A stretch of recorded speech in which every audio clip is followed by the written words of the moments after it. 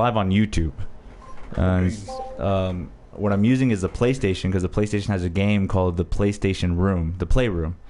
And you can literally like play with the character, like a little AR avatar that's like in your room, and he's not really here, but you can play with him. And you can just do this thing called the AR Studio, which is just like you pretty much turn the camera into a studio, and it gives you a bunch of like different things. Like today on my show, we got Zach Bennett, everybody. Hey. This guy's a beast. He's a beast. He's from Florida. That means a lot. But yeah, so I can use it for different stuff. Yeah. And it goes live onto different platforms. Like you can pick to go live on either Twitch or YouTube.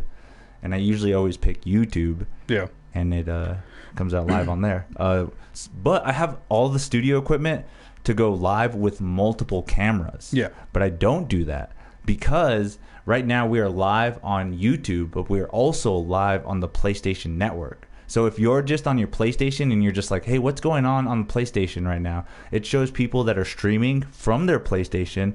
They're streaming on Twitch. They're streaming on YouTube. They're streaming just to their friends. And you can see that. So now we're technically on two different platforms that are kind of getting more traction than if I was just like, hey, I'm streaming on YouTube, Twitch, and on Facebook. I don't know why, but I've always gotten more people watching this way than I have the other way. That is wild. Is it people that actually would want to watch this, or they just stumble on it? They stumble on it. Yeah. After it going on for so long, I've actually made fans that come back. They're like, hey, you're live again. Hell yeah. And you're live on the PlayStation. That's cool. Some people come on and they're live, but they can't even interact because it takes so long to type in a message because they're literally with their controller doing it. And that, like, we'll be talking and they'll be like, what is this about? And then I'll answer the question, and then I'll just be like, that's cool. And then they'll just be like, sorry, so slow typing on a controller or something stupid like that. Dude, that's wild. Yeah, I don't know why I just explained all Unless that. you got NVIDIA, you can do the talk to the remote NVIDIA thing, you know? Does like that type out NVIDIA shields? But it doesn't do that for PlayStation, though, does it? Yeah, I don't think so. Nah, that's unless they have. I know, didn't Xbox come out with a thing like that? Do they have something like that? I thought they did at one point. I don't know. I don't know shit about gaming. Yeah, see, and I don't play for like those certain teams, you know? Like I'm not an Xbox guy. Yeah. I mean, I have a PC and that's a Microsoft thing, but I'll never buy an Xbox. That's the best part about being poor is you don't have to pick anything. Yeah, you do. No, you don't. You have to be the kid that's like, I would. No, yeah, it's not a choice. I would. That's what I mean. Like you don't even have to. You don't. There's so many choices you don't have to make. The best part about being broke is just telling people, no, I can't go do that because I don't want to, but also I can't afford to.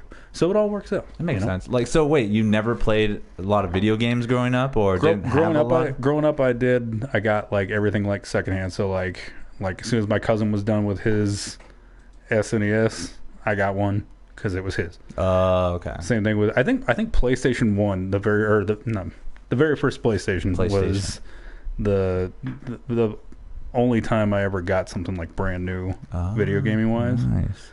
And then when I was in college, I got like super into Evil Dead Fistful of Boomstick, which was like PS2 and Xbox. Okay. And then I played it on PS2, beat it on my friend's PS2, just hanging out with him. And then I borrowed my girlfriend at the time's Xbox, and I was playing it, and then I found out she cheated on me in the middle of it. So I told her I wanted to go on a break so that I could keep playing the game. Yeah. And then after I beat it, I broke up with her, and I gave it back. Like, and I gave it back because I'm a nice guy. Yeah, because I mean, why do you keep playing a game if you've already beaten it? Yeah. There's certain games that I just don't play anymore. I've already beaten them. Why would I do that? Yeah. It's not just what I do.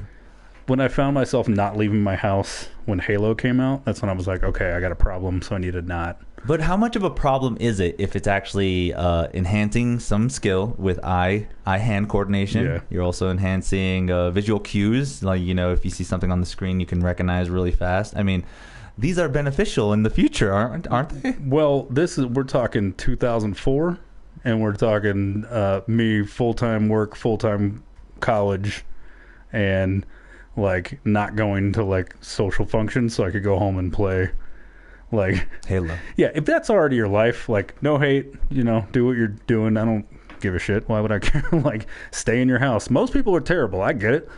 Yeah, exactly right. Yeah. I think I have the personality type of someone who would stay inside and game and just talk to people online because people are so horrendous in real life. Interesting. So it would be more. But they're bad online too. So I guess it would be the more of the whole.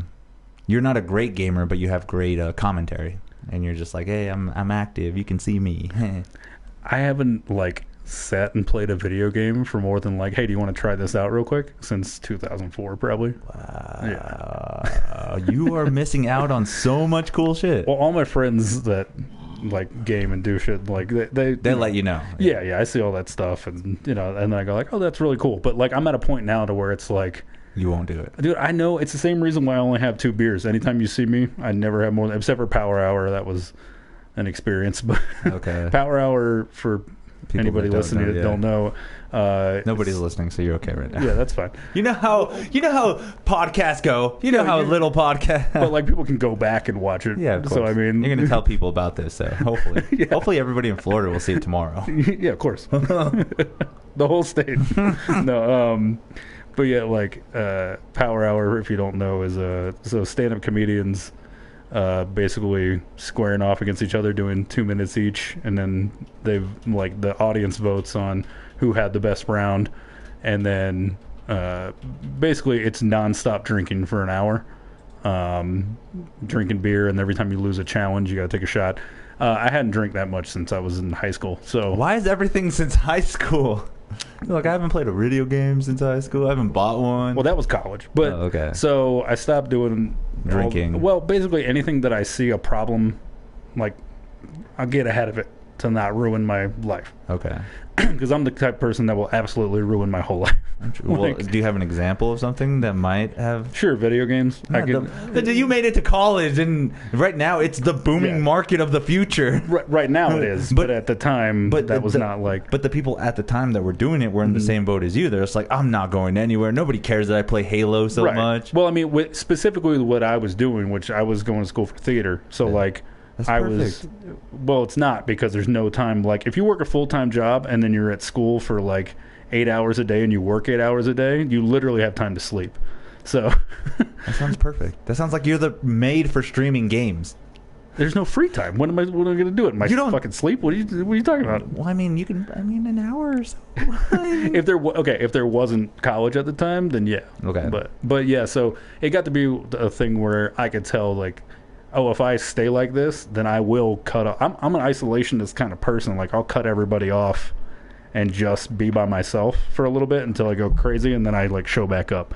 So to not do that, I have to like mediate the stuff that I do.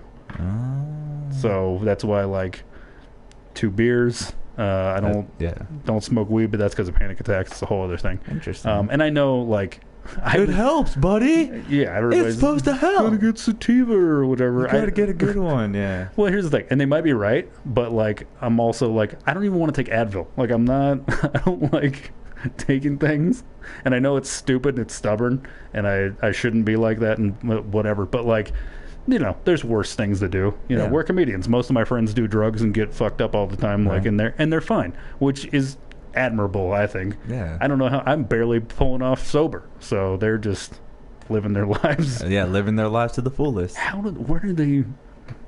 I don't know. I think in some sense, it's impressive. I think it's discipline. Yeah, discipline. Because I get kind of like weirded out when somebody's like, "Hey, I'm sober now and I'm not drinking anymore." I'm just like, why? Like, is there like a point in your life where you felt like, "Hey, man, I've gotten way too out of control and I can't handle it"?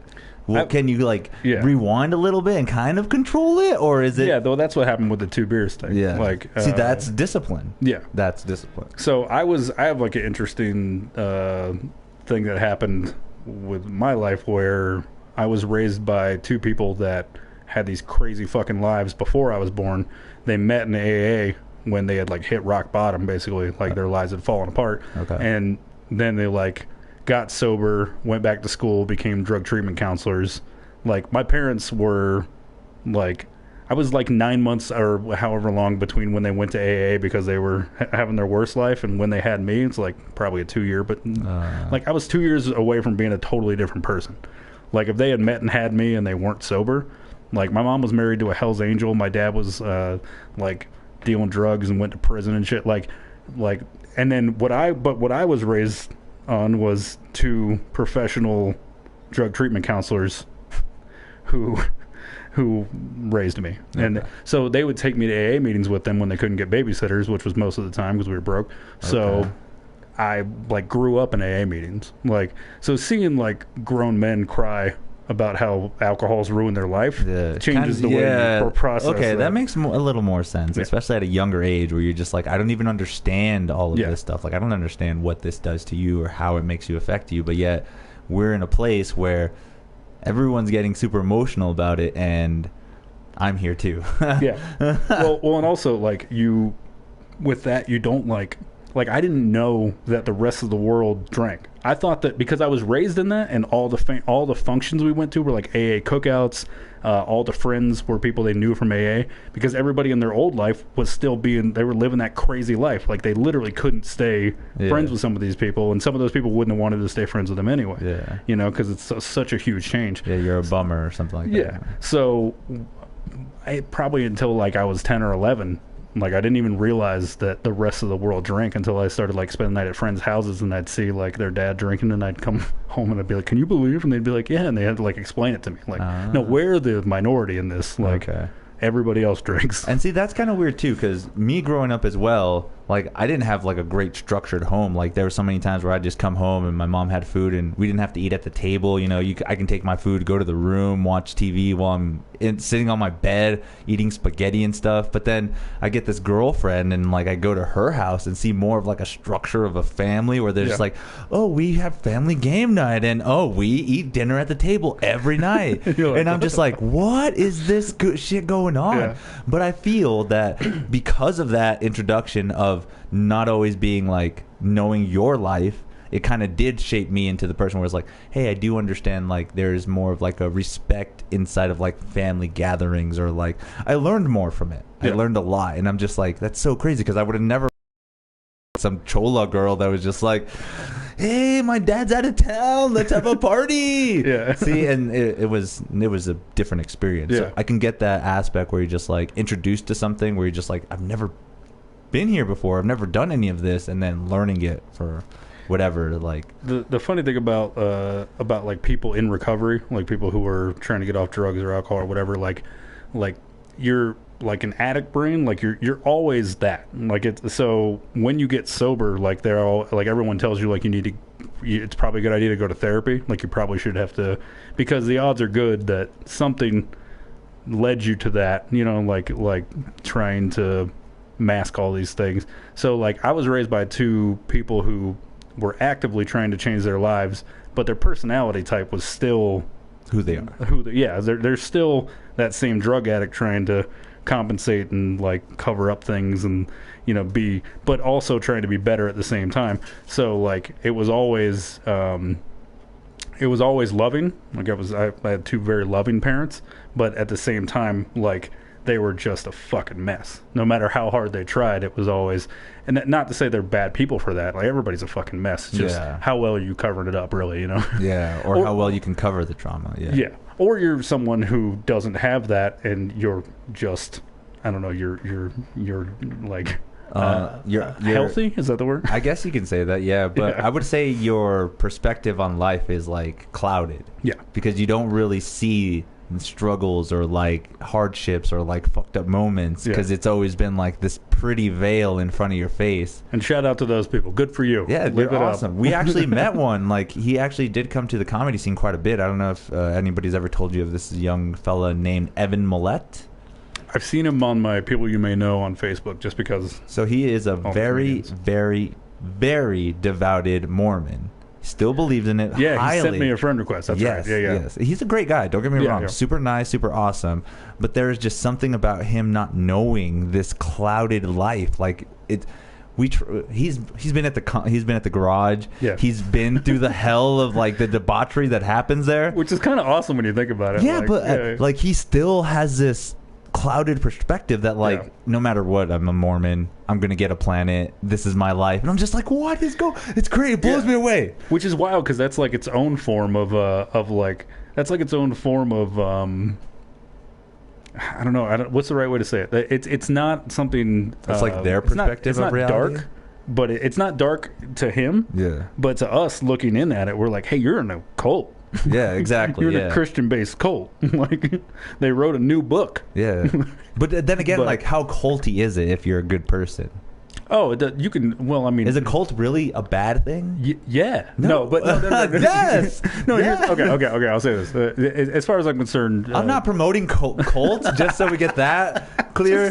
Yeah. Like. Yeah. I'm just. But yeah, if you're finding a way of life that makes your structure better, but yet unharmful to people. Yeah. Well, and that's, people say that about AA because it can be a cult in itself.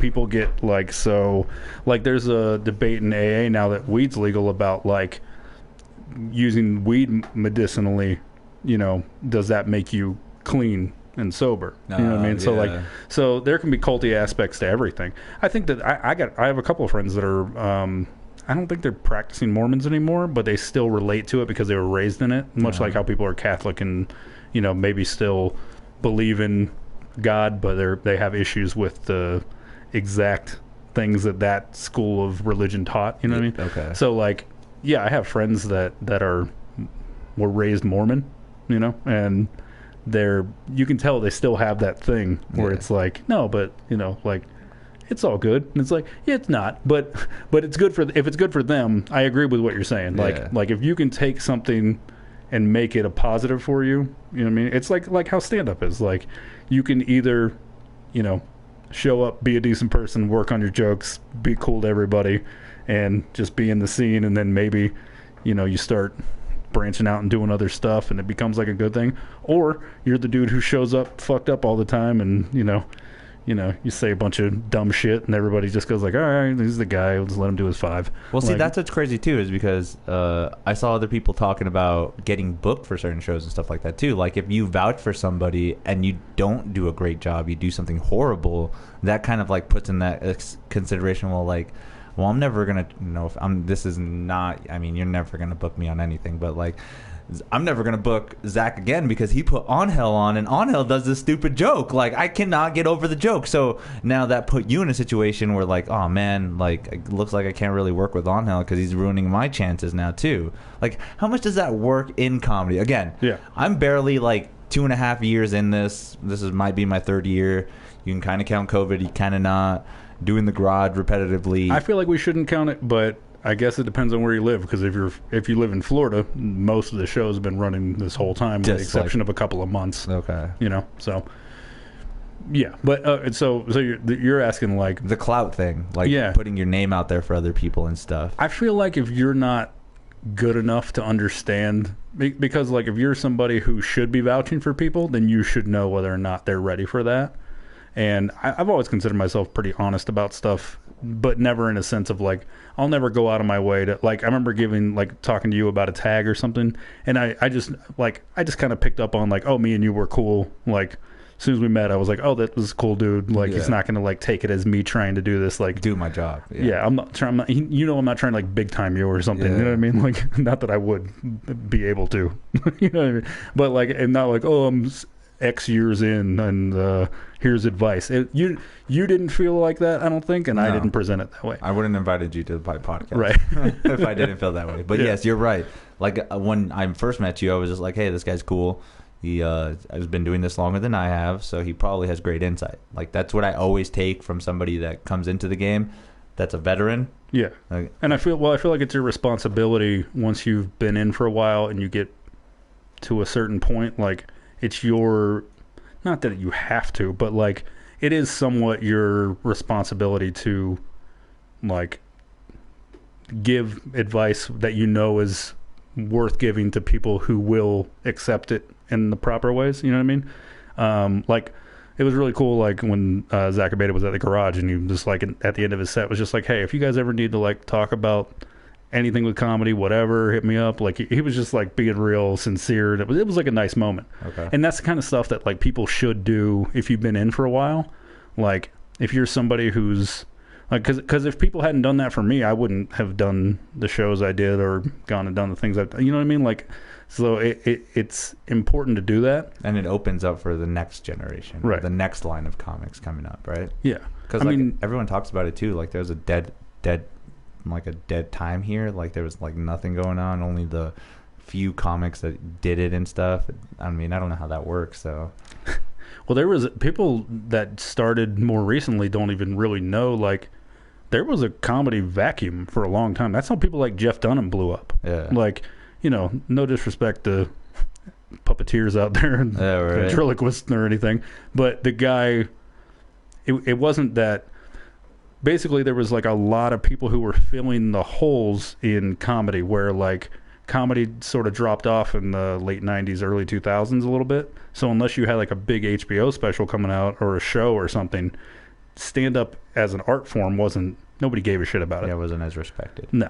I mean, they were still cranking out Comedy Central half hours just because it's like, oh yeah, we've been doing it. Yeah, that's what we do. Right, but there was no like culture of comedy. And I mean, that didn't start until like 2009, 2010, with independent scenes kind of filling in those gaps, because what was happening was there was a lot of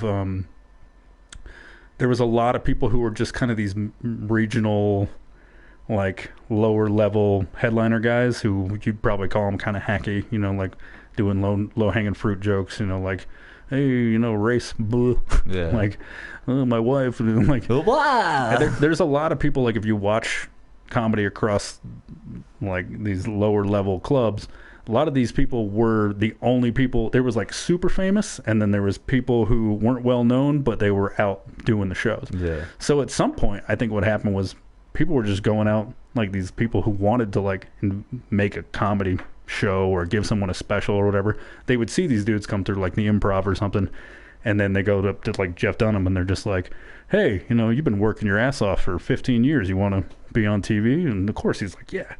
But then what happens is that they keep giving this dude specials, you know what I mean, they keep bolstering his career up, when really in the art form of comedy where we're at now, we look back at that and we go like, oh, well, that's horseshit. Okay. Like, because now we have an actual scene.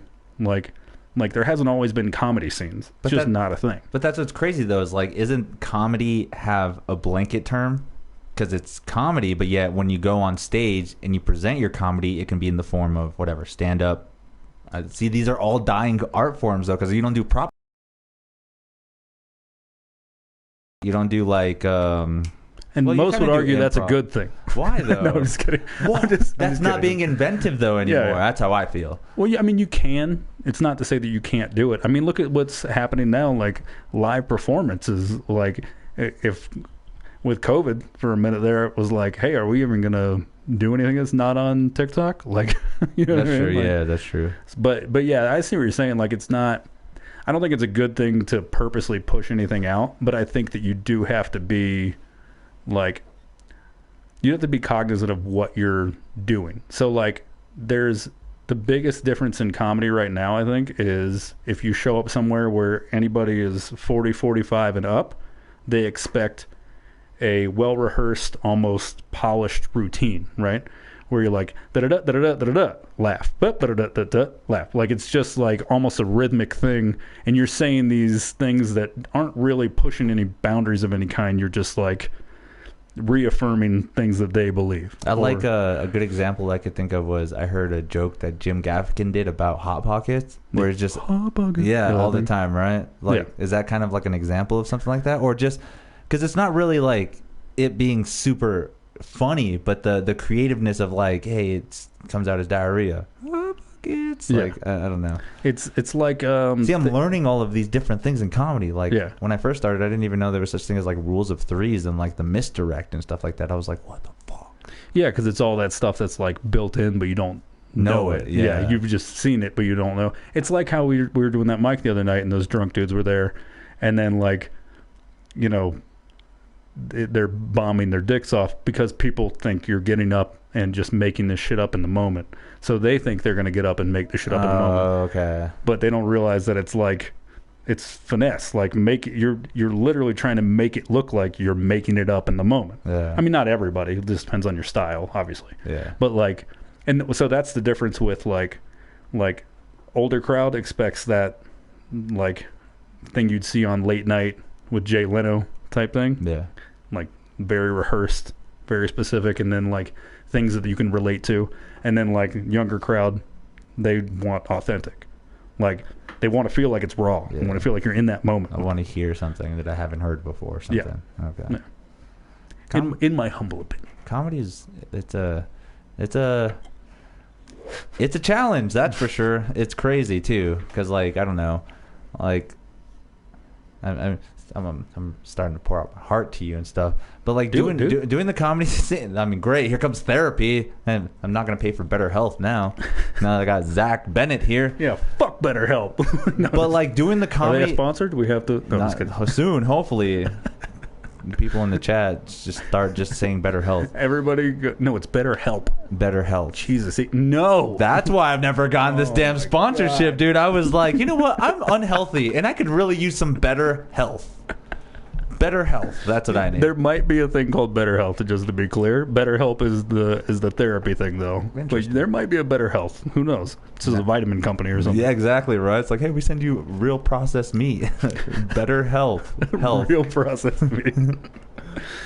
Anyway, yeah, so... Oh, yeah. So in the comedy scene now, though, it's gotten to the point where going out there and trying your best so much and, like, knowing nights where you did really good, but yet knowing other nights where like nobody knows that you did really good. Yeah. And then still having that title of like, Angel's decent, he's okay, but yet like it's weird because it feels like such a clout thing in the comedy scene. Like, I mean, I don't have as much credentials, or I'm not as good as what's his name, because he's doing so much more than I am. But like, we've done shows, people have done shows that have not been like the comedy shows that I feel like, because I've done a bunch of like variety burlesque shows and I've done great at those. Like I even like that's what I kind of used to submit for like whatever, because I had the best reaction in those. Right. But in the other sense, like, hey, there's so many other people that are putting on shows, or many other people that are like doing stuff, and they're just like, you kind of get pushed to the side. And how does that work in comedy? Like, again, it feels like it's a clout thing. Like, I like this person more than I like this person, right, even though they have C-type material, but yet I'll still have them before this person. And I'm not saying me. I can give you the answer for this. So comedy is stand-up comedy is one of the last, like, it's one of the few true meritocracy things where it's like you can show clips from everyone in this scene to someone who knows nothing about stand-up comedy, and they will pick the person you're talking about, the one who gets picked over you. Wait, what do you mean?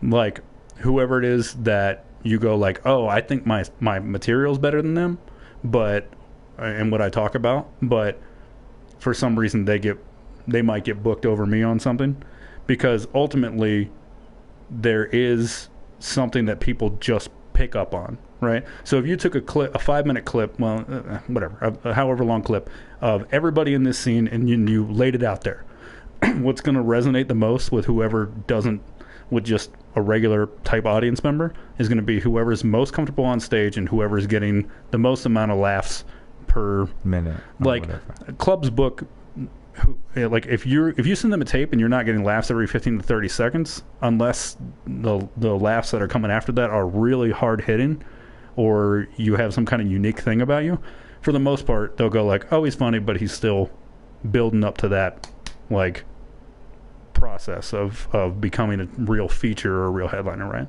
Okay. Because a host or a guest spot, doesn't really matter if they like crush. You kind of don't want them to. You know, they're supposed to get the crowd warmed up, make everybody happy.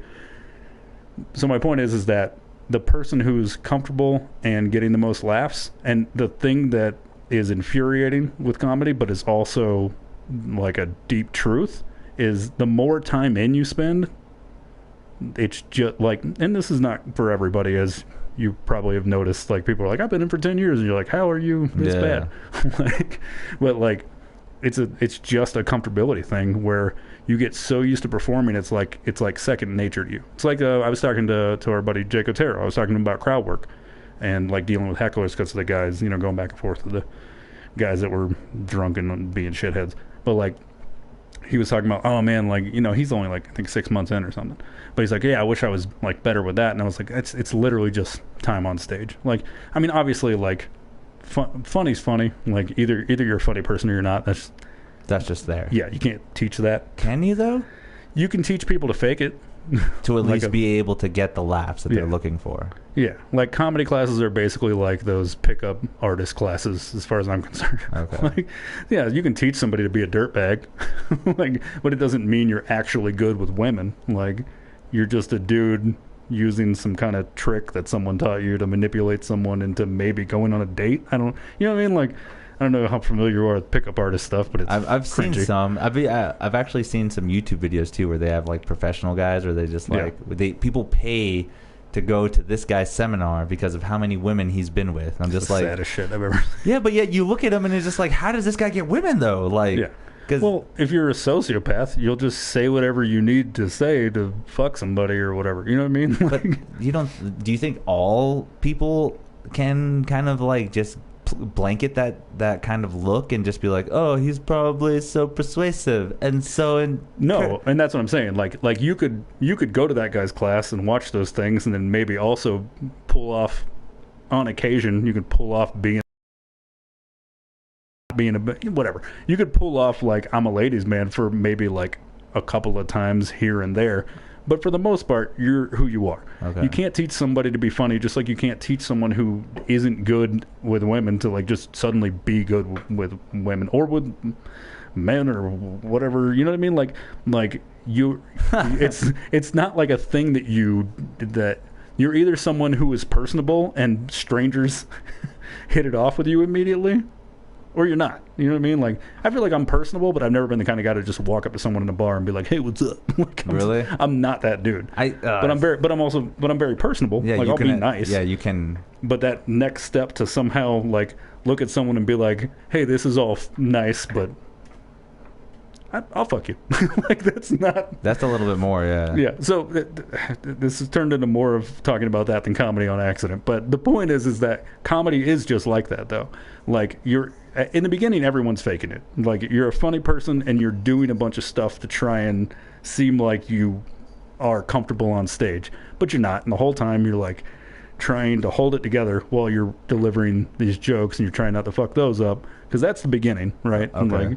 Like, you know, you have a music background, I have a theater background. If you come from, if you play in bands or you are used to being on stage in any form, it's a little easier to get that start. Yeah. But the rawness of stand-up, at the end of the day, it's like there's nothing more like revealing than going up there and trying it out. Yeah. Because I had a great analogy too, where it was like, even though I have an instrument and I can practice it, I'm literally practicing it in the comfort of my home for hours on end, like an hour a day.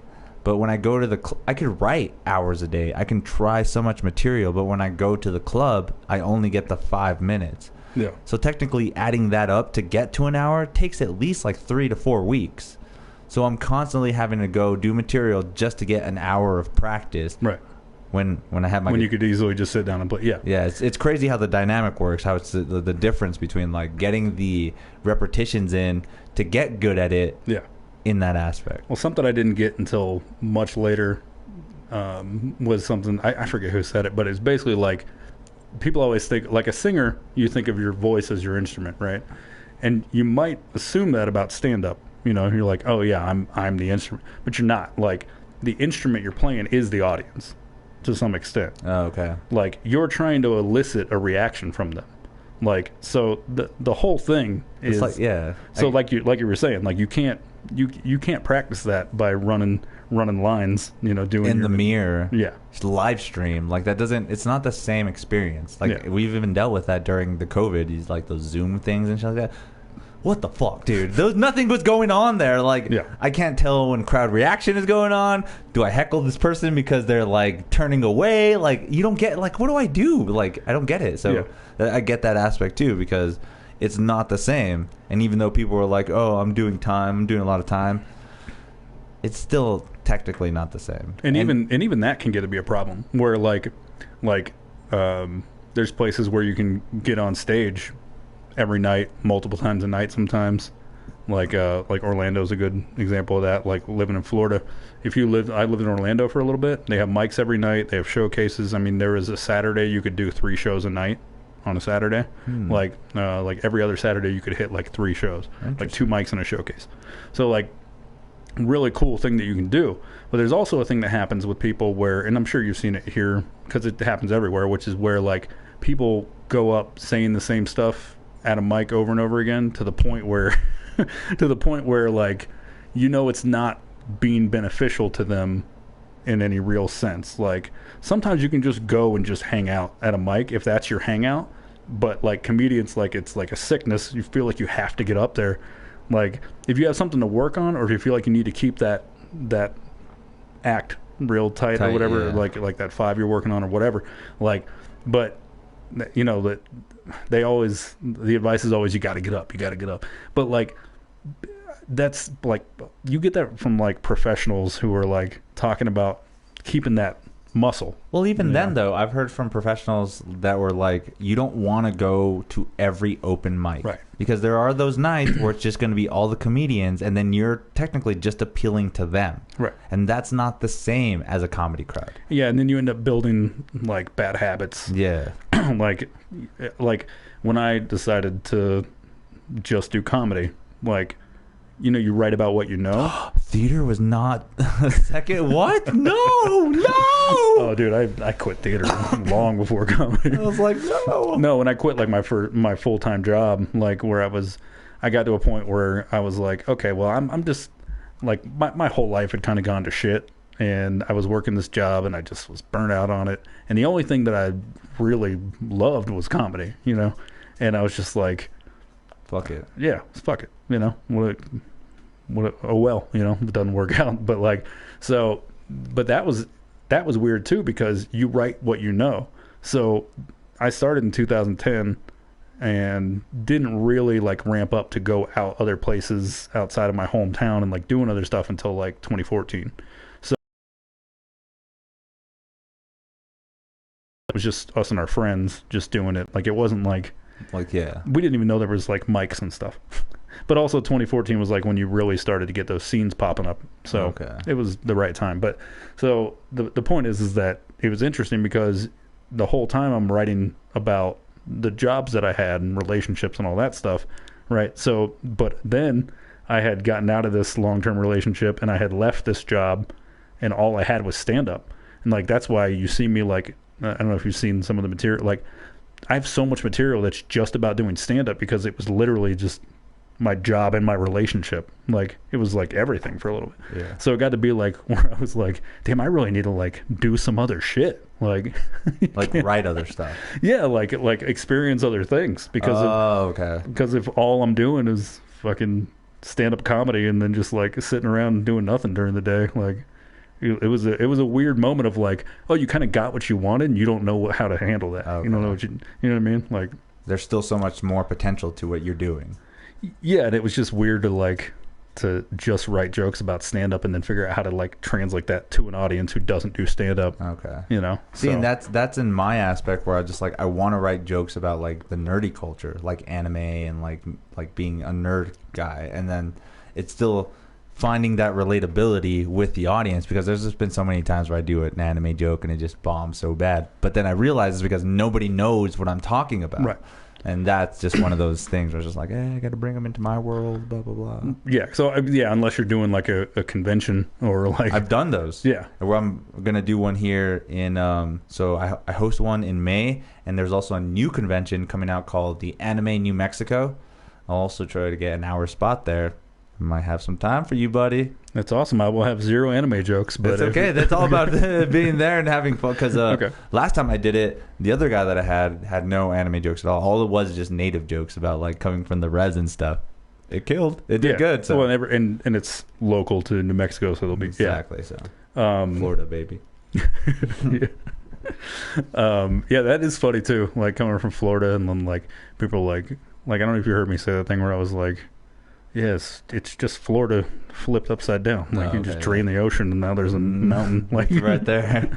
But yeah, like it is funny. Like it's everywhere is kind of, there's that great Tom Segura bit where he's like, you if you feel like you ever need to go anywhere, just like think about what that place is like.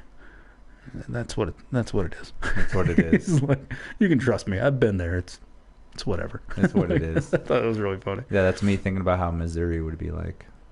It is. I've been in Missouri. I don't think I've been in Missouri. I've been in Mississippi. Mississippi. Yeah. So how many places have you traveled to do comedy?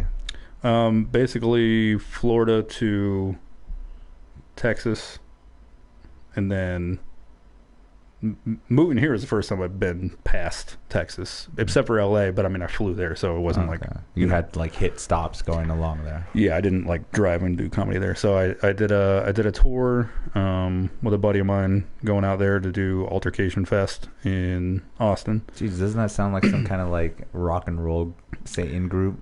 Yeah, I mean it's like the last day it's one of the coolest festivals because the last day is like a day for all the comics to just hang out. Okay. Like instead of like, hey, we're just gonna perform the whole time, like it goes Wednesday, Thursday, Friday, Saturday is all comedy, and then Sunday it's just bands playing, and you just watch like punk and metal and like folk stuff and like hang out. Everyone is all during the day they do podcasts, and then at the end they do music. So it's like a cool way for it, and it gives the comedians a little more of a chance to like actually hang out. Because like I made this joke to a friend of mine where I said we've been friends for like 5 years and I think we've only whispered in the back of dark rooms. Like it's such a weird way to like have a friendship with someone. Yeah. But like besides that and like hanging out while he's smoking cigarettes outside, I mean that's the extent of besides online. Yeah, how much I've known about the guy. Yeah. But so I did that where we went on a tour from Florida to Texas and back. And then I opened for metal bands doing a tour. Basically the same route, pretty much just hitting different cities. So like Mississippi, Baton Rouge. We went to Tennessee, just the whole Southwest. What is not the Southwest, but okay. Or Southeast. Yeah. You're like, no, you're in the South. Yeah, I mean, that's a different part of the Southwest that I don't know of. Yeah. Sorry, Southeast. I've been drinking one beer. But so that too, though, I mean, going to those new experiences, trying out new things, finding out different, like, you kind of feel like doing your comedy, well, this is the hitter. This is what isn't. I'm in a spot where there's like mostly males, like I better do this joke. Like, do you start discovering more of how to read the room as you do that, or is it just like all in, baby, gong ho every time? Yeah, but that becomes more of like a I guess, what's the right way to put it? Like a more of like reading who they are as people. So like in Florida, there's a lot of these. The closer you get, so the coasts are like the more Cubans, liberal. right? A lot of Cubans, Puerto Ricans and Cubans, yeah. Okay. A lot of white people, a lot of black people. It's a good. You know what? Florida doesn't get enough credit for how diverse it actually. So good. I could see that, especially where it's at. Like everybody wants to just go to the penis of America. Well, okay, so the coasts are like you're getting mostly more of the like liberal and younger crowds, and in the middle of the state, you're getting a lot more of the conservative, like. Because it's further into like the woods and stuff. Yeah. So the further away you get from the beaches, the more. But also, like they call it the redneck Riviera, where there's just like these towns where it's like these beach towns. It's just middle-aged white people, and they just. That's theirs. And they're just like I had this joke where I said like this place called Flagler, where it looks like Jimmy Buffett's paradise, you know what I mean? Right. Like hey, Margaritaville, and I said, but I know you people because if you go just a couple streets in. They all have the like, come take my gun from me, you motherfucker. Right. Don't tread on me. I mean, the entire town just blanketed and during the election, just blanketed in like Trump flags and thin blue line flags and like anything right wing. They had it up, just hanging up at their houses, and you'd see like one out of every like 50 was like, oh, Biden, please let me hang my flag. It's like the river of lights, but for Trump supporters. You're like, check it out, guys. Oh, I did really good work on this one. Well, so I said, you guys are pretending like you're Jimmy Buffett, but I know you guys are really Ted Nugent. Yeah, there you go. Like, sitting around with your shotguns and. But yeah, so like. I like Ted Nugent though. Man, I don't like him as a person. Wow. But I do like his music, which is upsetting. I like Stranglehold is a fucking killer song. Okay, so but don't talk to Jared Ostrom because you'll find out that he didn't actually write that song. it's one of those things where like hired gun. Yeah. Where like, you know, he was in the studio. This dude is like, oh, hey, check this out. Yeah, because it doesn't sound like anything else he plays. He can't. I mean, nothing at all. But Ted Nugent is a great guy. I love his hunting. I love his family values. What else do you know about it? I've actually There's some other stuff. I don't know if you know. It's not great. Oh, really? Now, like he'd be in the Capitol if he like lived closer. I think he would have been one of those guys. Yeah, 100%. Yeah. Well, like, I'm not saying that, like, hey, have your fucking views. I don't give a shit. Yeah, but, I mean, don't get me wrong. I want to hunt to get an animal, but I also am respectful of a woman's body and let her go ahead and do an abortion. Like, see, there's these like middle grounds. He's very respectful of a woman's body, like the 17-year-old he married. Yeah, see, the guy is a national treasure. What a cool guy, man. He wrote Stranglehold. No, he didn't. I know. Now I got to defend him. What were we fucking? I don't remember what we were talking about. Oh yeah, just comedy clout. That's where it went off to. Yeah, we got a little tangent. Welcome to MuseMe TV, everybody. Jesus Christ. But yeah, I think that there is an element of what you're talking about, but that's also that weird like just paid dues kind of thing too. Okay. But there is a thing of like, however long you've been doing it, there's an inevitable comfortability with it, because you'll see some of the people who just they still aren't funny and they've been doing it for so long. You'll see people who've been doing it like twice as long as you, or 3-4 times as long as you, that they're not funny, but they're so comfortable on stage that sometimes it's like it's weird that they got better at some aspect of it. Yeah. They got better at being on stage, but they're still not funny people, but they keep showing up. Or it's wild. I honestly feel too that comedy does build you up or it tears you down, in a sense where like if you get a big laugh, you probably have the biggest head in the world because you feel like what you are doing is what is supposed to be done. Yeah. Like, I was born to do this. I was born to do comedy. It's a problem. But I mean, when you have that big of a delusional of a head and you only get that reaction 1 out of 20 sets, like where does that come into play? Is that kind of a sociopath kind of thing? Is that kind of like BetterHelp thing?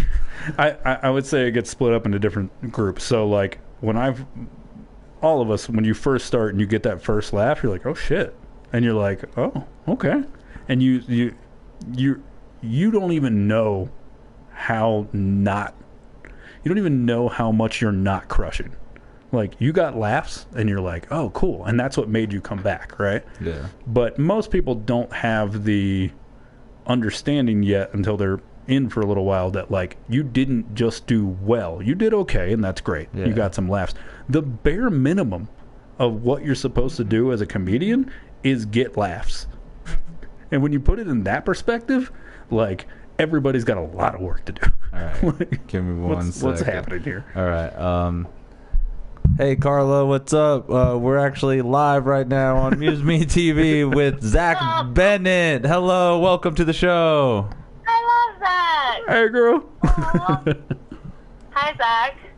Hey, what's up? I'm just, sitting here drinking PBR, talking to Angel.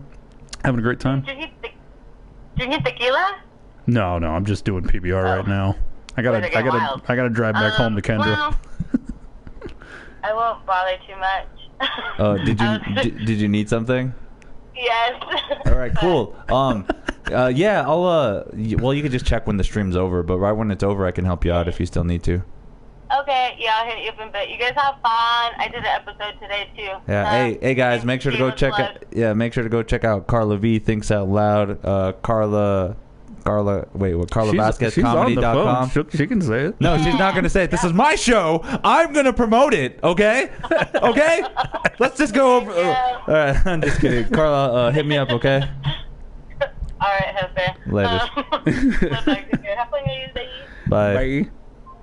And that's Carla Vasquez, everybody. Very funny New Mexico comedian. She's great. She's awesome. We had a relationship. It got weird. All right. It was fun though.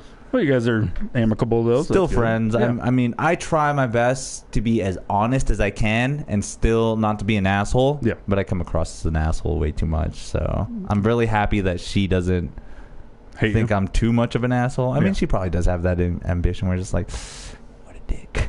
But it's okay because I'm honest and I like anime. and I look cute. Yes, those things all check out. They do help. They help. Sometimes they do, sometimes they don't. I've been called a creep a few times. It's like, what are you talking about? I just slide it into your DMs like everyone else. I'm sorry, I should not be ranting. This is my better health right now, okay, guys? This is I'm his better help. We are not going to get this money from these people if you can't say it. Right? That's true.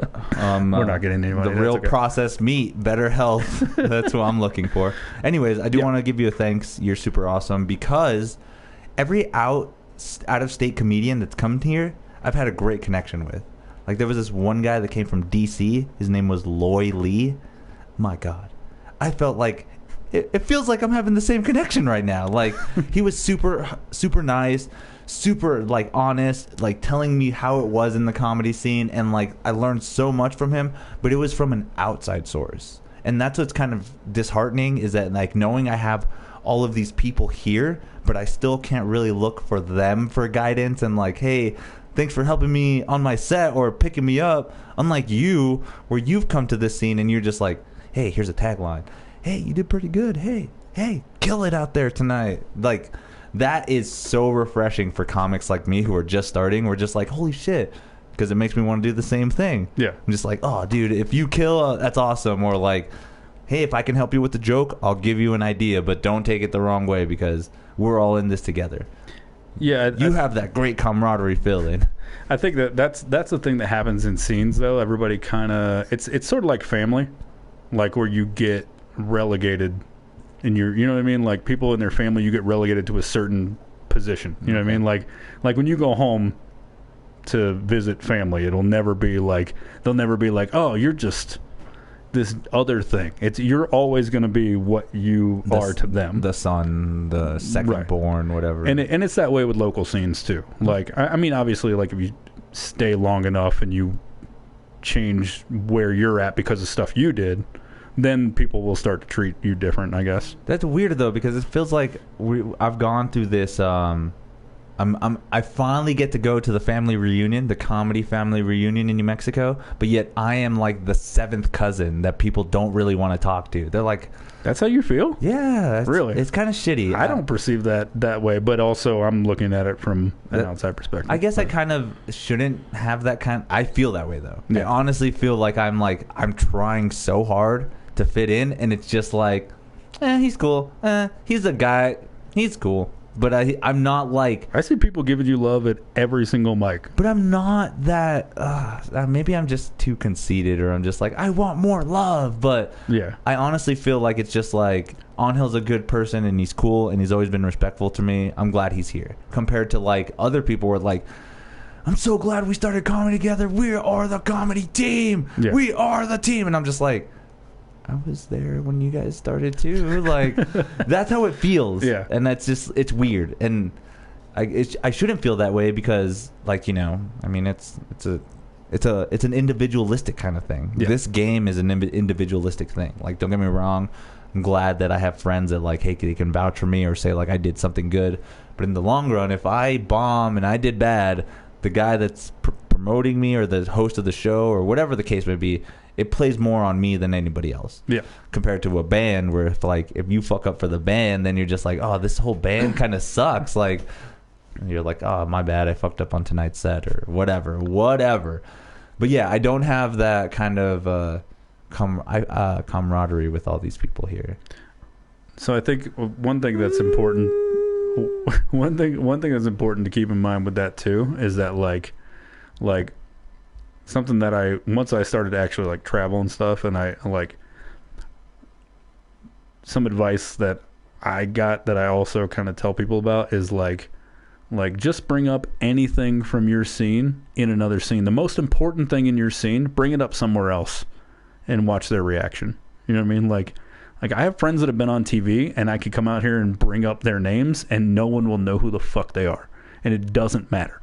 So like it's keeping things in perspective is helpful for those times where you're kind of feeling like that, where you're like it's great that they're where they're at and where you're at, and like everybody's kind of where they're supposed to be, because if you weren't, you wouldn't be. You know what I mean? Makes sense. Like, but if you're ever feeling like, oh, people aren't treating me like this, or it's important to like keep that in mind, that like I have a couple of friends, Orlando people, that are like kind of TikTok famous now, and then another Orlando guy that like went through America's Got Talent and like got second on there, who's a comic.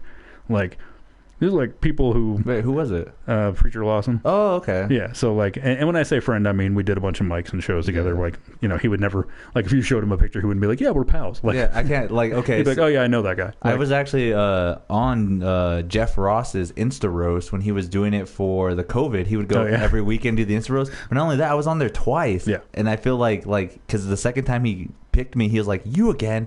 God damn it, don't you have anything better to do? But yeah, I feel, no. but I love that he like recognized me and like kind of like knew me, but I still can't be like, oh yeah, me and Jeff Ross are friends. He got me on his Insta Roast twice. Like, I get what you're saying, but so the point I was trying to make about that was, it wasn't to be like, oh, I know people who are famous. Like, it wasn't like that. I just mean that like that when it comes to people like that, you can go like, oh, that's a thing that I could actually say is comparable to anything, but nobody will get it. But everything under that, what we do, no one cares about. Like, it's all just us. This is for us. Like, and it's great that we get to do shows for strangers and make people laugh, and like, but at the end of the day, like you do comedy because it makes you happy. Like, you know what I mean? So like, if you're ever having that moment where you're like, oh, I'm not doing, you know, I'm not getting booked on stuff and so-and-so is, and like, at the end of the day, like, it doesn't really, like, at some point you'll get on the thing or you won't, and it really doesn't matter, but it's something you want to do, so I understand why it might affect you in some way. But like, ultimately, like, it's the same advice somebody gave about like people fighting the infighting in comedy scenes, and like, you know who like doesn't talk about this shit is anybody who's made it in anywhere in comedy. Nobody like goes, you know, back in Phoenix. You know what I mean? Like, okay, they might bring it up on a podcast or like in a bit and like talk about like a time in their comedy career. But they don't like stop in the middle of being famous and go, hey, you know what? And fuck this one guy. Like, it's just letting you know about the Phoenix scene. Yeah, nobody's like Mark Norman doesn't like stop in the middle of his set and go like, you know, this one guy was a fucking asshole to me. Like, it does. None of it really matters in the larger sense. So it's important to remember that when you're. I mean, there's stuff that you know, that I didn't get booked on where I kind of like took it personal, you know, and then later I was like, oh, I either didn't have the connection for that, because it is connections for a lot of stuff, you know, especially if you don't know the person directly. A lot of the stuff I wasn't funny enough yet, and I thought I was, because I'd be like, oh, I got this clip and I got a bunch of laughs, or it wasn't the style they're looking for. Like I sent, one of them was like this punk rock comedy festival thing, and the clip I sent them was me at the Improv doing like a semi-clean set, because it was like the clip I felt hit the hardest, right? Where I'm like, oh, I get the best laughs out of this. But I had another clip that was the kind of material they were looking for. It was more like, you know, like wild, not just like middle of the road, like, oh, I used to work at blah, blah, blah. Like, it's me being kind of crazy. Like, that's the kind of stuff they were looking for. And I didn't submit that. Like, so that was on me. You know what I mean? But of course, at the time, I'm like, man, fuck this guy. Yeah, you just had this feeling of it. Yeah. And I guess that's kind of, I guess that kind of just comes with the learning process of comedy, right? Like, there's probably multiple people that are probably going to have the same kind of feeling that I do, right? Oh yeah, it's everybody. Yeah, everybody feels like they should be doing better than they are. Yeah, no one's ever good enough for them. Hell yeah, dude. Welcome to the ghetto, buddy. Rev that shit, Playboy. No, but like, nobody's ever getting the respect they feel like they deserve. That's never happening. Everyone is like, I should be getting more. No one's ever as famous as they feel like they should be. You know, except for probably Kevin Hart. I imagine he's probably hit whatever that ceiling is. Trying to get to, He's done what he's done. Yeah, like Steve Martin's book. I read that, and he's like, yeah, these people like laughing before I even finish jokes in these stadiums, and I was like, oh, I can't do this anymore. And you're just like, what? Wow. But in his mind, he was like, oh, this is over. Like, and he quit comedy, like, and started acting, or just acting at that point. Anyway, that's not. What the fuck am I talking about? No, it's cool. I love learning about the history of this stuff too, because there's so much. Everyone always gives me shit because they don't know some comics that I really love. Like, one of my favoriteest comics in the world is Yakov Smirnoff. I love that guy so much. They had him on your mom's house recently. Yeah, I love that episode. I actually, the very first time I ever discovered like real comedy was watching King of the Hill. So I was watching King of the Hill, and Bobby wants to go to. He wants to go to Branson. He's like, I want to go to Branson to see this great comedian named Yakov Smirnoff. And I was like, wait, what? This name already sounds weird. Comes to find out, this is an actual character. This is an actual comedy club that he owns in Branson. Yep. And he literally does, like, he did what Joe Rogan is kind of trying to do in Texas. Yeah. He went to a place where they didn't have it, but they had some kind of entertainment scene. Yeah. Branson, Missouri, dude, is the capital of country music. Yeah. Give a shit what anybody says. Like, I want to go there just to hear Brad Paisley do a guitar solo. Anyways, I've been to Nashville, and it doesn't feel like the capital of country music. It feels like someone's selling you the idea that it's the capital of country music. I said Branson, Missouri. Yeah, no, I was comparing it to what people would actually probably Fuck say. Nashville! Okay, well, the only thing I remember of Nashville is that it's like if Ned Flanders owned it. Yeah. If Ned Flanders owned Nashville. I don't know what that means. See, I take a lot of my comedy from like witty punchlines from cartoons and stuff too.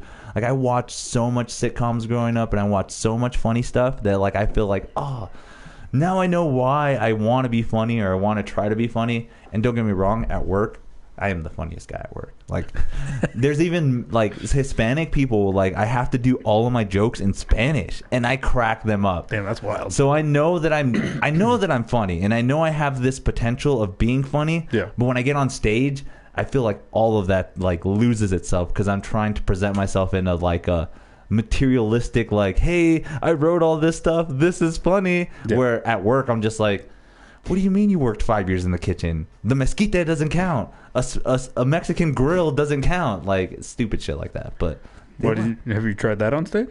what? The work material. Well, I don't know. Like, I feel like that's kind of like, I don't know. I haven't tried it though. I haven't. I know, right? I know. It's weird. It's so weird. Because then I feel like nobody. I don't know. Here's another problem. Have you ever heard my binary rapping joke? Mm-hmm. Okay, so when I first did that joke, you know who Royal Wood is, right? Mm-hmm. He was the one that helped me with the end part of it to have the tagline of like, it's a hard. I used a soft 1, not a hard 0. Yeah. And he laughed his ass off. And there's so many people that love that joke. So I have this representation that like, oh, that joke kills, especially in an urban crowd. Yeah. You know who's the... It's so hard. It's horrible, dude, because I feel like a racist or something. But yet you got this like, you know, this affirmative action where it's like, hey, you did good, you did fine. And I'm just like, dope, Royal said I did good. And then now I'm just like, thanks, Royal. I've done that joke every time, and it bombs so bad. Anyways, that's... Well, there's stuff that you and you'll like, or other comedians will like. And like, I used to do this bit about how everybody so they sound like Seth Rogen. Like, I guess when I'm on stage, like my voice that I use on stage, where it just kind of, you just naturally change your voice somewhat because you're being performative. So for some reason, my voice just sounds like Seth Rogen, I guess, to people, which is weird. I didn't start getting that until like 2016 also, which is weird. Did you already have this whole facial complexion like Seth Rogen? Yeah. Okay. You know when it probably started more was when I started to like actually get a little fat, you know, because I was like super skinny or not super skinny, but I was like skinny from like 12. You're not my weight. No, like 12 to 26. Probably 27 was like, and then as soon as I was like 27, my body was like, yeah, you better work out or this is not gonna. So but anyway, so I used to do this bit where I would like talk about this drunk heckler dude and like saying like he was so shit-faced that it seemed like he actually thought I was Seth Rogen, which is like this just a bit I used to do about that. And I did it more as like it was like a therapeutic thing, me just like yelling about this dude, man, like fucking. Then I worked in these punchlines and stuff.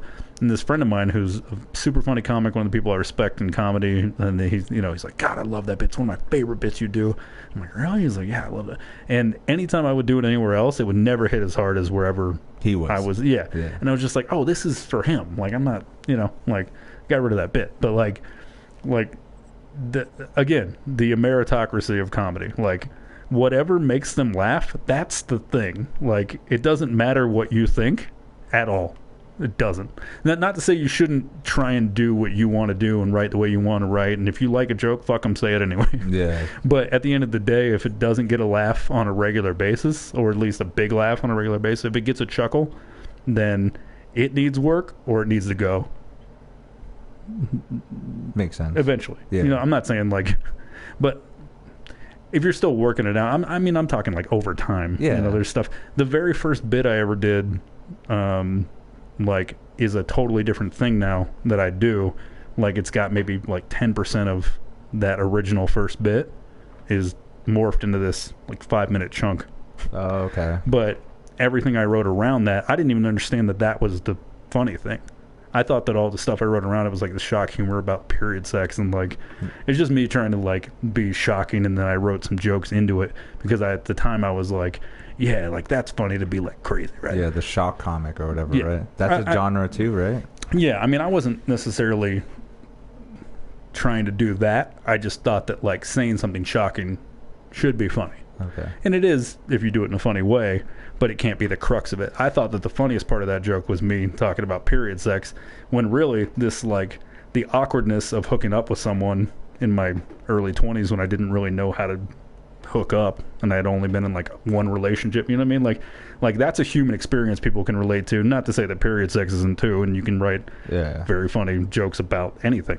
But like ultimately that bit, the only well-written part was the part about how weird it was to hook up with this girl, and everything around it was like fluff. Yeah, it's more relatable, right? Yeah. And then like the other stuff around is like, well, I've never done that. Well, I've never done that either. But the first part where you're just like, this relatability of the dating. Well, and not even that they hadn't done it. Just it wasn't a well-written joke. It was me like relying on the fact that they'll laugh uncomfortably at me talking about like period sex. That's crazy. Yeah. Because that's so crazy to think about too, because you have this word or this punchline that you think is going to hit so much, but yet it doesn't do the potential of what you're doing. Is it because you didn't build it up right? Maybe people don't understand the premise or the punchline in itself, or... Yeah. There's a whole bit I do about that I ended up turning into one big chunk where I connected all that, was talking about a girl when I not really knowing about like how to like do anything, you know. It's kind of like riding the wave, like hoping it works out. And some girl that wanted to do rape role play, and I was like, I didn't even heard of that, and it like really fucked me up. Like I was, and so the punchline of the thing is her like getting mad at me and saying like, you know, which the real story is this girl did get mad that I wouldn't do this. You know, and I always thought that was kind of funny. It's like I'm being a good guy. Like I don't want to do it. Like, yeah. Doesn't that make me good? Like I don't want to pretend to be a rapist. Like, not to kink shame anybody. Do what you want. But but still. But for me, it was like, so that's the real story. So the joke in the thing is me saying like she's like, hey, why don't you want to do it? I'm like, well, because if you call the cops in the middle of this because you changed your mind, and the only thing I can say is she was asking for it. Like that's not.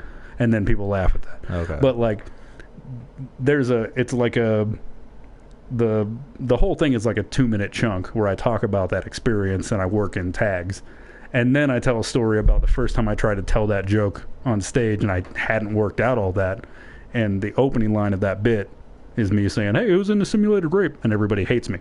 Okay. And it's a real story about a crowd that turned on me. Like I've probably never been turned on. Maybe one other time. But that's pretty funny though too, because it literally shows that like, hey guys, this was my experience and how much it sucked. Yeah. And then it still is relatable because like you're just like, who would say that? Like, because you probably would end up in the same situation that I'm in if you did start off like, hey, who's into simulated rape? Yeah. That's crazy. Well, and the funny thing about when I do that bit is the tags and the build-up get because I'm not a punchline comic. So the tags and the build-up, there's just something about it. When I deliver a punchline, I don't know if it's me, I don't know. But all those tags and the story and everything that happens leading up to that punchline gets way more laughs than that punchline. That's just like, hey, that's just the end cap. Like, that's hey, just to like finish the story. Yeah. Yeah. And the story about me trying to tell that joke the first time, in my opinion, is funnier than any of the actual story beforehand.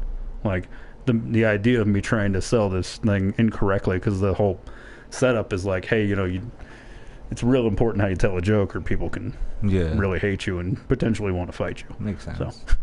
It's oh man, again, this is a different. I love it though. It's a great avenue for like building up your like not only like your social skills to being able to talk to people, because I feel like I'm like doing comedy now compared to 2 years ago. Like I am so witty and so much faster.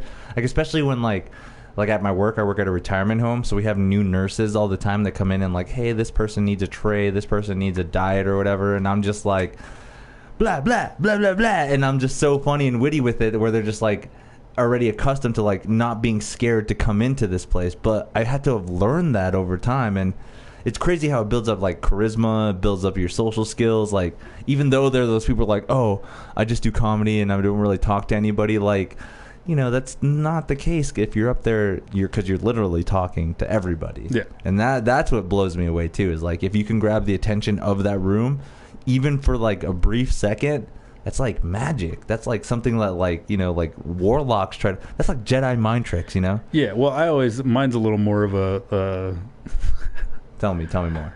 Pessimistic viewpoint, but I mean it in a loving, joking way though. But like it really is like, it feels like, especially the more you do it, the longer you do it, it just feels like a parlor trick. Like, because you know, and it's not always like like when you write like a real long chunk that's worked out and something you like really care about, but then sometimes you'll like write something and very well knowing that it's like, I did this just to get this reaction and I knew it would work. and then you almost feel like shitty about it. You're like, it's a parlor trick. Like, it's sleight of hand. Yeah. Like I tricked you into laughing. But that's not really the truth. Like, but there is, I mean, I feel like there is a little bit of truth to it, where it's like, you know, because you can see people who like, you'll watch their material and watch it crush and you'll be like, what the fuck is happening? This is not good. Yeah. But it'll crush. And it's, see, but that's the thing for like those comics that we're talking about that like do it for so long but just are so bad, because that one night that you were just like, why is this doing so good tonight? And every other night it doesn't do good. But that one night that it did good reaffirmed their head that this is why I do this. This is why I should be doing this. I've been wanting to do this since I was a kid. I keep referencing one comic. That's why I say all this. Well, if it makes you feel any better, there's a ton of those. They're everywhere in the scene. There are thousands of them across the United States. But that blows me away, though. It makes sense too, because it has this like, again, this blanket of like what you do for reals. Yeah. No. Well, that goes back to the thing about like, I mean, for some people it's probably a coping mechanism. You know what I mean? Like it's easier to think that. It's easier to lie to yourself about, but to some people it's probably just them not truly like what I said about the bare minimum of what it's like showing up to work. Like if you show up to work and you do the bare minimum, yes, you can keep your job and they'll let you keep coming back. But like, it doesn't mean you're good at your job. Yeah, it doesn't mean that they appreciate you or anything like that. But if you show up and you do your job well, and then people reward you. So like, baseline doing your job is in comedy is just getting laughs on the regular. So most people are basically going to work for free at a place they are not employed in comedy. Okay, I can see that. Yeah, they're showing up to open mics and they're getting some chuckles and a few laughs here and there, and then never moving past that point, with the exception of, you know, some nights where it just hits just right, and then that's keeping them going. Because that's just their brain, I guess. That's just how it works. Right. But in comedy, like if you really, you know, if you're crushing, and like I said, like you don't even know until it's happening. Like I remember making a joke about it and I never could work it out into a bit, but I equated it to like the first time you make someone come for real versus someone faking it. Yeah. And you go like, oh shit, like that's how it's done. I remember the first time I was like crushing and I was like, oh fuck, I thought I was good before this. Like I was like crushing at this show and I was like, and then it happened again where I had a better show than that. And I was like, that I thought I figured it out. Like, okay. And the work's never done. It's a stage kind of thing too, right? You're just like, hey, I did so good, and then if you do better the next night or another time, you're just like referencing the last time you did good. We're just like, I don't even know what good is anymore. Yeah. Yeah. You find out that you were wrong. That's and crazy. which is fine. Yeah. It's okay. It's good. You're supposed to. Yeah. You're supposed to find out, like, hey, my material's Yeah. better than what I thought it was. Yeah. And it can't be. Or collectively, the experience of your writing, your material, your Presentation. stage, your performance, your stage, all that. Like it's all growing together. And then very few people. Most of the people that I've, with the exception of COVID, most of the people that I've seen quit were people who were good at it. The bad people rarely leave. The people who are not bad, but the people who are not that funny rarely actually leave. Interesting. Because it becomes like a hobby. It becomes your place where I you have go nowhere and else hang to out. go. Yeah. It's just your hangout. You get to be friends with people and stuff. And unfortunately, they still in their mind are like, okay, well, I want to level up to this next thing. And it's kind of weird to think about too, because like there's been so many times where like I don't show up to an open mic and they're just like, hey, Onel, why didn't you come tonight? Why aren't you here? We're all here. I'm just like, okay, like yeah, you're a part of the scene, dude. It's weird though, because I don't get it, because it's just like there are some nights where like it's booming, but then again I have this aspect, like once you listen to more like professional comics and they talk about like, hey, try not to go to every open mic that there is out there, because you start to develop, like you just said, you get this comic mentality where you only have to make them laugh, and then you develop sloppy habits, and then you end up doing something not good in front of an actual I don't want to say that they're not an actual comedy crowd. No, that's right. God damn it! See, this is where comics are not a crowd. Like you're workshopping at that point. At that, yeah, because you're all being able to like give ideas or like input or something, right? Dude, that's what blows me away about like a lot of places you go in like L.A. and New York, like, and I'm sure now probably Austin and Atlanta to some extent, like. Any bigger city scene like that, like when I lived in New York, like every open mic, with the exception of like very few where it's like somebody kind of cultivated it as though it were like a show itself, but like the majority of pretty much anything you go to that's an open mic is strictly comics watching comics perform. Okay. With the exception of like sometimes people trickle in and out, or someone brings someone with them or something. But like the first mic I went to in New York was 70 people, 70 comics. So there's no comedians, and there's so many comics that they can't even all fit in the room, and you have to wait outside. Yeah. But it's a bucket thing where they pull names. Yeah, it's like a Kill Tony kind of thing, right? Yeah, I mean, it's usually 2.5, 3 minute mics if you're in Brooklyn, and then Manhattan's like 5 minute mics, but you got to pay. Oh, really? So. And it's a $5 thing, kind of like. Well, it depends on where you go. Like the Stand still has the best open mic there. The dude who runs their open mic is cool as fuck, and if you do well, he'll get you put on some of the smaller shows at some of the other venues that the Stand is in connection with. Okay. And you just buy a beer, and that gets you. Oh, it's just 2 drink minimum, something like that. And then you have people who are purposely. They're just making money off people pursuing their dream of comedy. Because they know that they want that stage time, and they have a stage. Even though it could probably is like, again, all comics, you still pay for that. They charge, most of them it's like $1 a minute up to 10 minutes, or just $5. You pay $5, and then you also have to buy a drink. So there's a few of the pay ones that aren't bad. It's like, you're going to buy a drink anyway. Support the bar you're at. It's what you should do. Yeah. I mean, Creek and Cave's gone now. Well, I mean, it's in Austin now, but like that was like a staple of comedy in New York for the doing open mics and the free showcases and stuff. Really?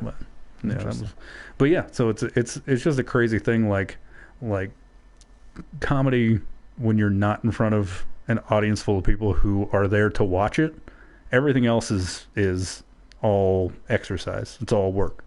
Like that's not a show. Like. It's not in like a disrespectful way, but in the sense of like if somebody didn't come there to watch comedy, it's cool if you were able to make them laugh. Like what do they call them? Ambush shows where they like somebody the show pops we're up. here, yeah. But like that's all just figuring out how to get better.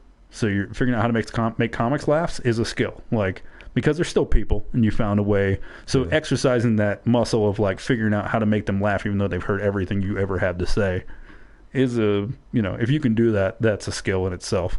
It's not totally useless.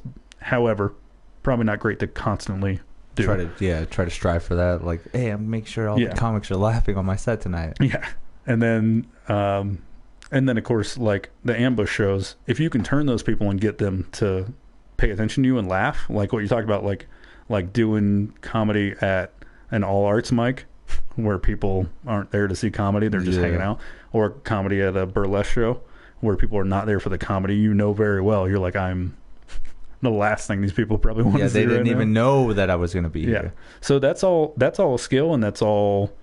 I mean, there's some gray area there. Like, obviously, that's a show. Like, but like, ultimately, like people coming to watch you perform stand-up comedy that's when you're like, oh, this is the height of it. And of course, the irony is, it's easier to kill in places. It's easier to do well in places where people are there to watch comedy and paid for it. Oh yeah. That's what I've seen too, is like, again, when I'm doing the open mics or like even like weird showcases where like, hey, you're going to just be involved in this show. Like it's different. Yeah. Like, because again, those people want to go see something laugh. They're looking for a punchline compared to like, hey, we're doing a show at this bar. I don't even know this show is going on, but I'm here obviously. Yeah. So it's crazy how that dynamic works, and how you can kind of build yourself enough to always get the laugh, no matter where you go. Well, yeah, and the irony too is that if you didn't do all those ambush shows and you didn't do all those unpaid showcases and every open mics, and if you didn't do all that stuff, you wouldn't be good enough to crush in those rooms, because anybody can go up in those places and do okay for the most part and coast. Like when they do New Faces shows at comedy clubs, like the Improv, they'll do the New Faces show at the Improv, and they'll get all the new comics to come up and... Oh my God, that's what I have this Friday. Yeah. So it's Rusty's first Friday. Oh, hell yeah, that's great. So New Faces is what it is? Well, no, it's he has it at this Tractor Brewery, but it's kind of like that concept where like he brings a couple new faces to go against with like all the other old comics and stuff like that. Right. And this is going to be my first time doing it, and I'm going to be the new face. I get to bring something that they've never seen before. Right. But yeah, I'm still. But they're also there to see comedy. True. Yes. They didn't show up at that place and then a comedy show happened to them. Yeah. You know what I mean? So like that's but what I was saying was, like, with those New Faces shows, sometimes they'll get people that they're like oh, you're new, and especially if you can guarantee you're going to bring people out, you can get on a show a lot easier. If you just know a bunch of people, you can just get on shows. It's great. Isn't that what it's called? Bringer shows. Bringer right? show. Yeah, but I mean, like, there's places that aren't technically a bringer show, but people are like, hey, it'd be nice to have the numbers. Anyway, the point is, that's a lot. So it's a lot. It's a lot. Yeah, so those new people will sometimes like do those places and probably feel like they're doing better than they are, because number one, you shouldn't be up at a club if you're 6 months in. You just shouldn't.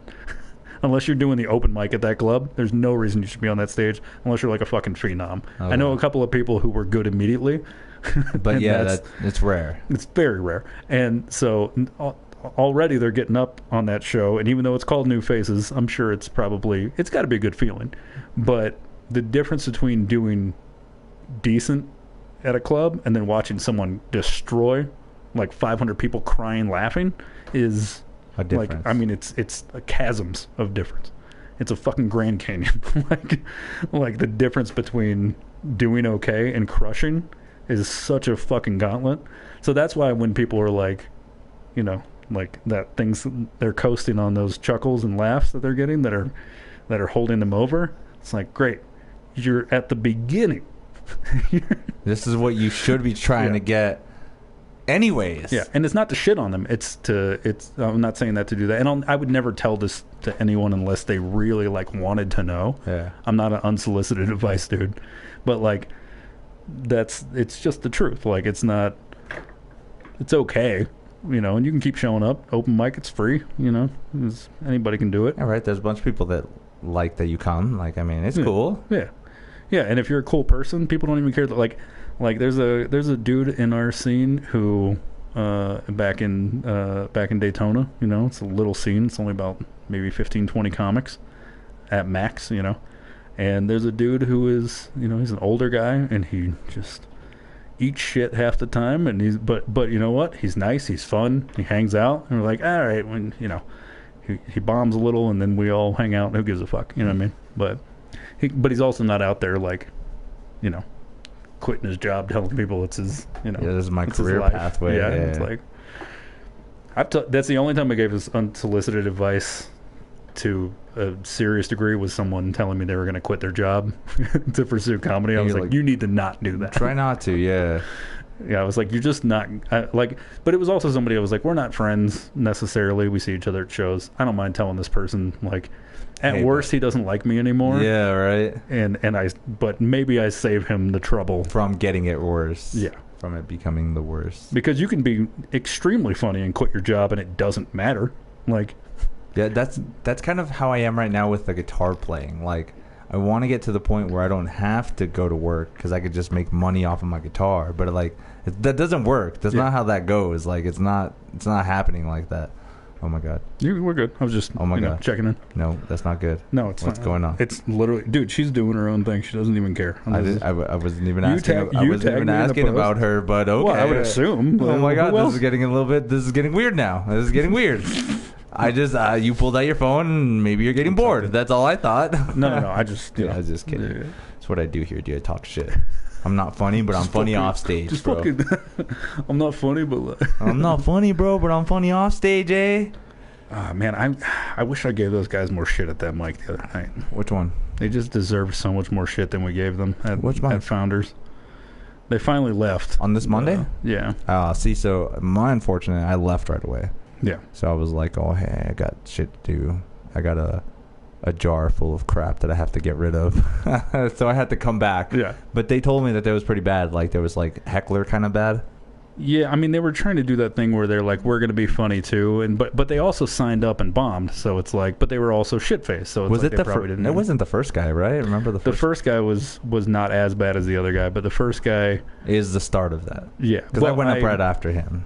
Yeah, and I I did you've heard me do the open mic stories, I think, where I talk about the dude saying fuck you to the girl. Oh, and the ranch thing and all that. So I did that because of him. Like, I had some stuff I wanted to polish off that, like, I haven't done in fucking 5 years or some shit, that I was like, I should try and make that. I used to own a video store. I was like, I need to, like, work on that material, like, it's make it funny. Yeah. And then the minute I saw that guy, I was like, no, we gotta talk about going back. We gotta talk about open mics. That's good.